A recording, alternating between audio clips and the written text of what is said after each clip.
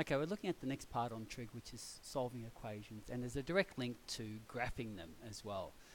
So for instance, here's an example of a straightforward stocking filler, sine x equals a half. And given this extra information on the side, that the answer for x is between 0 and 2 pi, so this tells you that the answer is going to be in radians, whereas if the question had been written as 0 to 360, then you know the answer is going to be in degrees.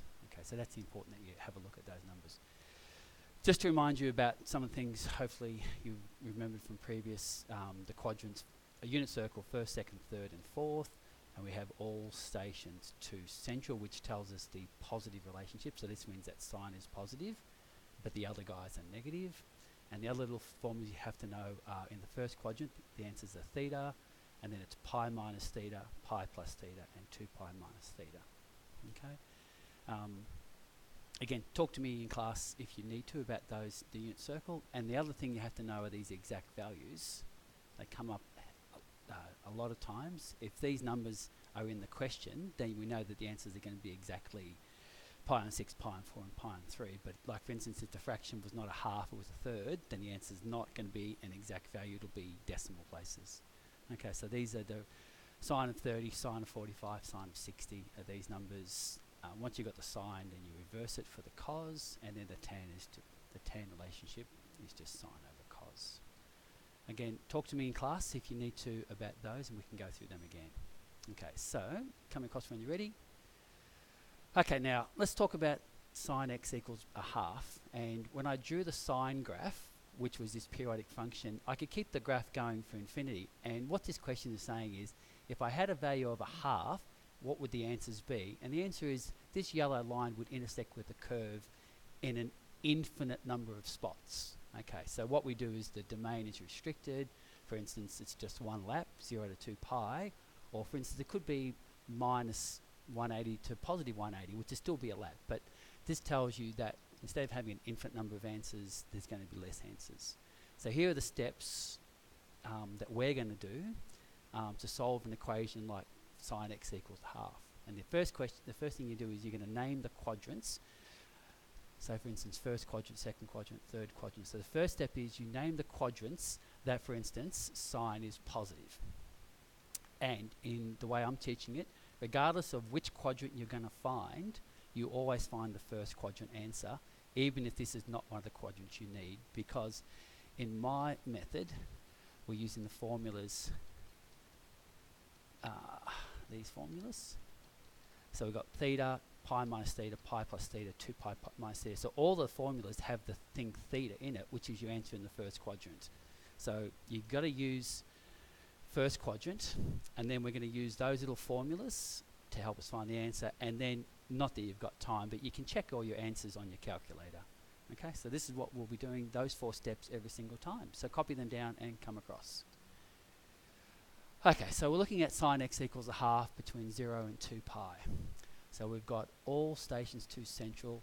This number is a positive, so all are positive and sine is positive. So we've got the first 2 quadrants are our 2 answers. And then on our table of values, sine of pi on 6 is a half. That was in our table. So the answer for the first quadrant is pi on 6, which is the same as 30 degrees if you're in degree land. Okay, so the first answer, okay, one of the quadrants is the first. We've got the first, so we've got one of our answers. And then in the second quadrant, in this quadrant here, the formula says pi minus theta. So we just go pi minus pi on 6, the answer from there. And then if you've got a whole pi and you minus a sixth of a pi, you have 5 pi on 6. So that's our second answer.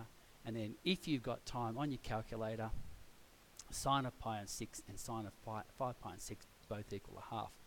Now if you want to check them on this, you've got to have your calculator set to radian mode. So you need to be able to change it, and then you'll have a little R in the top screen. But if you want to, you could just say, well, just leave it in 30 degrees, pi on 6 is 30, and sine of 150 is 5 pi on 6. And if you just check those answers, you also get a half. Okay? Okay, copy that and come across, and we'll do a couple of practices. Okay, so again, we've got another one this time. I've got a cos question, and it's a negative.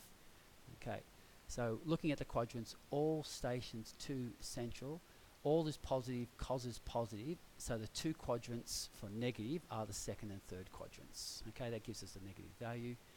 And then on your table of values, if you look up your table of values, cos of pi on 4 is 1 on root 2. So this answer's in the first quadrant, and that's the number we want. It's just got the wrong sign, but we just take that answer, and it's not the answer we're going to use as our final answer, but we're going to use it in our second quadrant and our third quadrant. So the second quadrant is pi minus, and the third quadrant is pi plus. So when you go to pi minus a quarter, you get 3/4, and you have a pi plus a quarter, you get 5/4. And again, if you check on your calculator, you'll get the right answers. Okay, you get them as decimals, but they're the same as those ones. So copy and come across when you're ready. Okay, so I want you to try this yourself. Tan theta equals -1. So you've got step 1, step 2, step 3, and we won't worry about the checking step. Okay, so pause, and when you're ready, come back live. Okay, so we've got all stations to central. So tan is negative, so we've got all positive, tan is positive, so we've got negative answer. So our quadrants are second and fourth quadrants. In the first quadrant, theta, now I didn't actually say what we're doing, so 0 less than equal to x less than equal, theta less than equal to 2 pi. Okay, so theta in the first quadrant will be, for the answer of 1, will be pi on 4.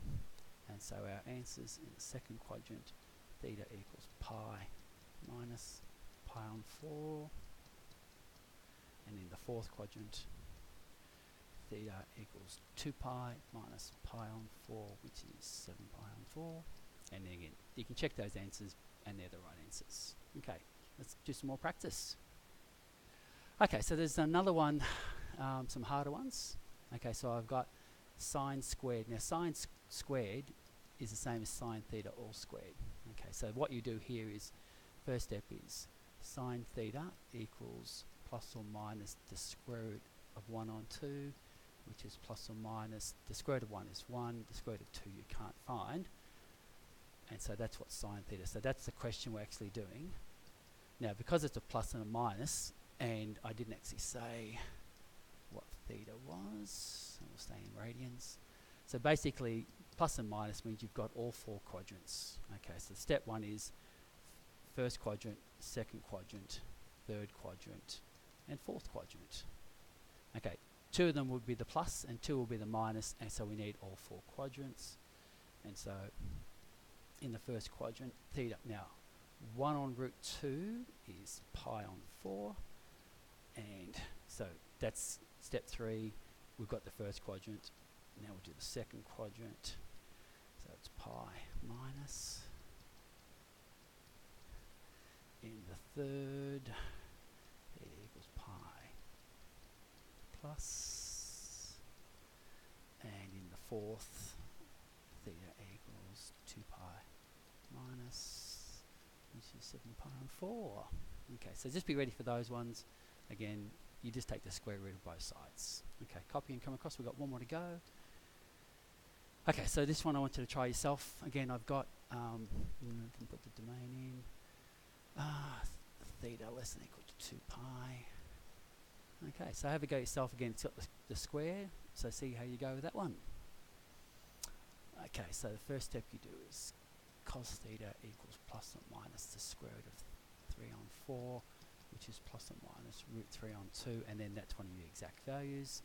Again, if it's not exact, you're going to just use your calculator and go into decimal places. So don't be too scared if it's not exact, you just need your calculator and decimal places. Okay, so we've got plus or minus, so we're going to have all 4 quadrants. So first step is we're going to name the quadrants, and so we need all of them. Okay, we've got 2 answers for the plus and 2 answers for the minus, so we need all 4. And so the first quadrant, so for root 3 on 2 for cos, that's going to be pi on 6. And then first quadrant's done, and then second, third, fourth, equals. Theta equals pi minus, which is 5 pi on 6, pi plus, which is 7 pi on 6, 2 pi minus, which is 11 pi on 6. Okay, so the next video we'll be doing harder equations, but if you need to, you could have a look at the equation worksheet and just look for the easy ones. But basically, you might want to just go straight on to the next one, which is harder ones. Okay, thanks.